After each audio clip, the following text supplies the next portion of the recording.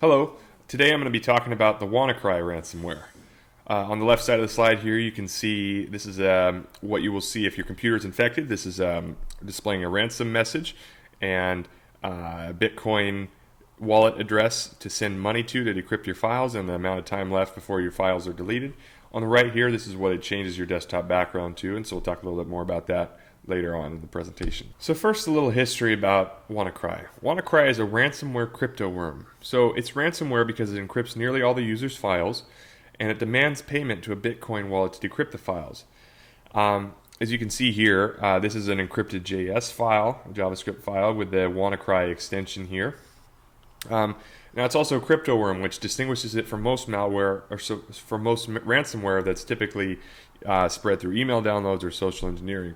It spreads by sending TCP packets that targets SMB servers with the Eternal Blue vulnerability. Eternal Blue was discovered by the NSA and made public by a hacker group called the Shadow Brokers. It was patched by Microsoft on March 14th, 2017.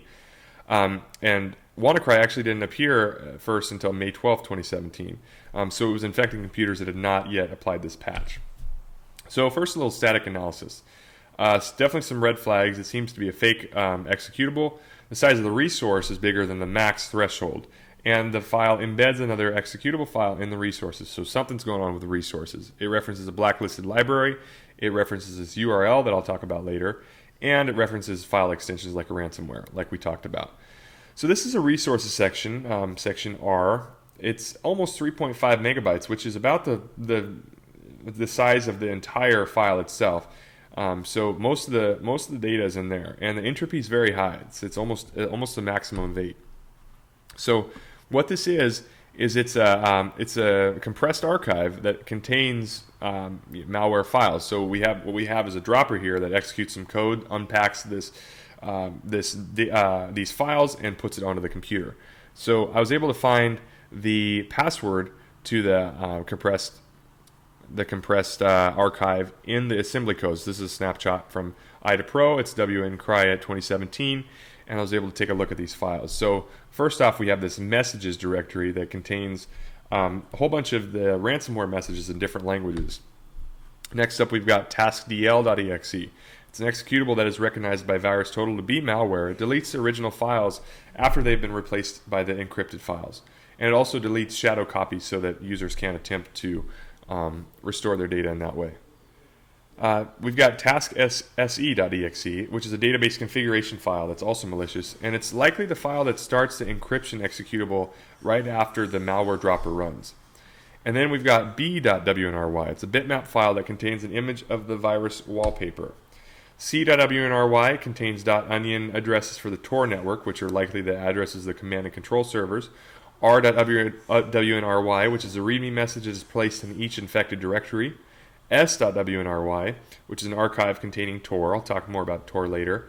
Then we've got t and u.wnry. They're encrypted files, and I wasn't really sure what their purpose was. I couldn't figure that out. All right, next up we've got the kill switch. So if you Google WannaCry, the kill switch might be one of the first things that you see. The kill switch is a hard-coded and long domain name that you can see right here. It's one of the first things you see if you open up IDA Pro. It's one of the first things the malware does. It tries to perform an HTTP GET request to this domain name. If it's successful, it does not execute. This is probably a protection against running in a sandbox where a server is, responding to all requests. And it's one of the few anti-reverse engineering techniques that I was able to find in this malware. So a malware analyst named MalwareTech registered this domain when the virus was first coming out, and it actually helped slow the spread a lot because it was able to activate this kill switch in a lot of the computers, and it slowed it down considerably.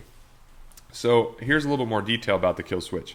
So it uses so this is assembly in IDA right here, and it uses the Internet Open URL function to try to do the GET request. And if the response is null, it executes the malware.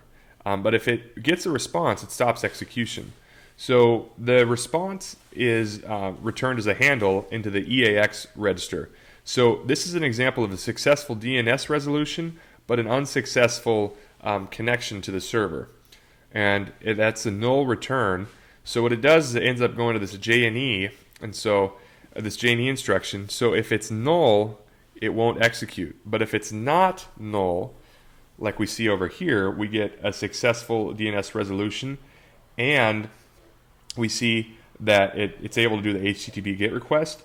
It returns a handle here, and this JNE is going to execute. And what that JNE does is it jumps to a small function that basically just exits the program. It ends execution.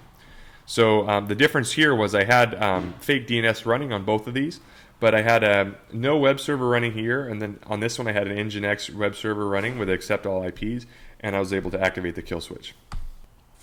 All right, so now for some obvious indicators of compromise, and there's a lot for WannaCry, and they're pretty apparent. So the first is the decryptor program.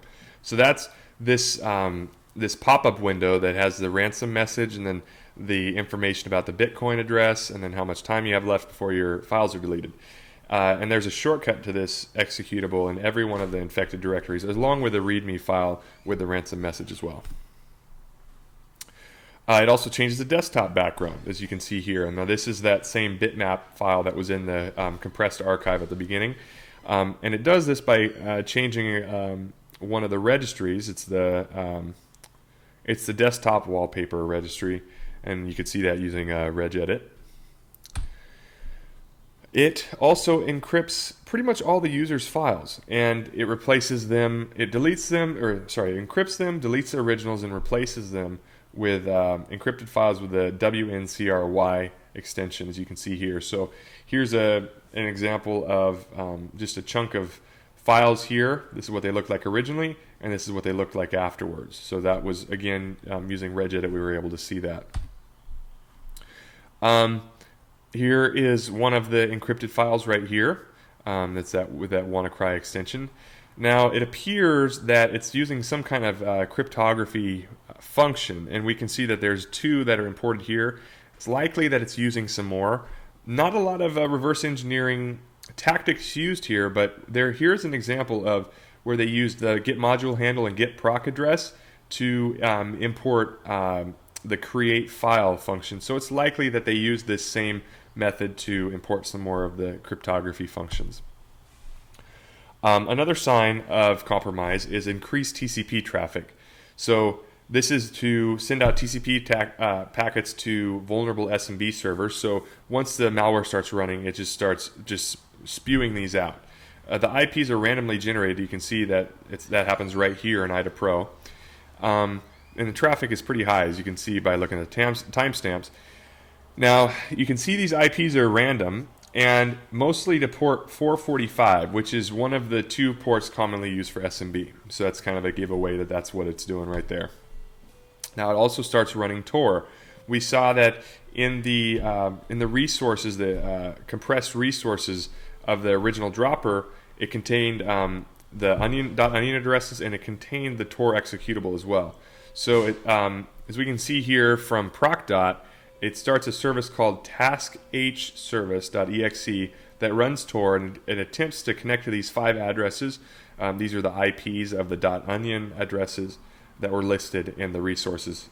And you can see it's hard to see, but the ports are 443, 9101, 9001, and these are common Tor ports.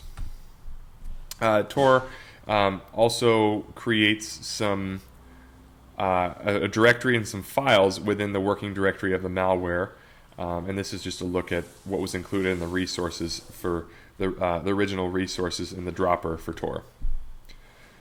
So the malware is definitely persistent. I mean, obviously by changing the file system, that's not going to change at reboot.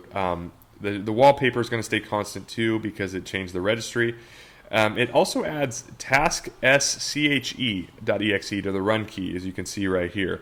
So that is what it uses to maintain persistence across reboots. So that's actually, it's not the name of the main process that's running, but it is used to make sure that that main process will stay running after it's rebooted. It adds registry for the malware's working directory, which in this case was the downloads file.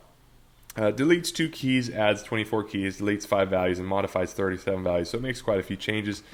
It also adds a lot of other registry keys related to WannaCry, but for most of them the purpose is unclear.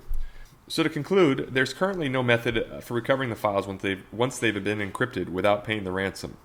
Hopefully you have some kind of recent backup if you are infected, but otherwise there's not a whole lot you can do. The spread of most strains of WannaCry has been stopped, though, by Windows patches and registered domains for the kill switch. So make sure you stay up on the patches. Signs of infection are obvious if the malware is executed. So if you have WannaCry running on your computer, you'll know it. But it is possible that it may be on machines but dormant due to the kill switch. So it's possible that a machine got infected early, but that kill switch domain came out and it stopped it from executing, but the file still may be on the computer. So if for some reason the kill switch domain was no longer registered, it could cause computers that still have a copy of the dropper to become infected. So it's something that, if you're not sure if you have it or not, and your computer's been around for longer than May 2017, then you might want to check to make sure that you don't have this file on there. And that's it. Thank you.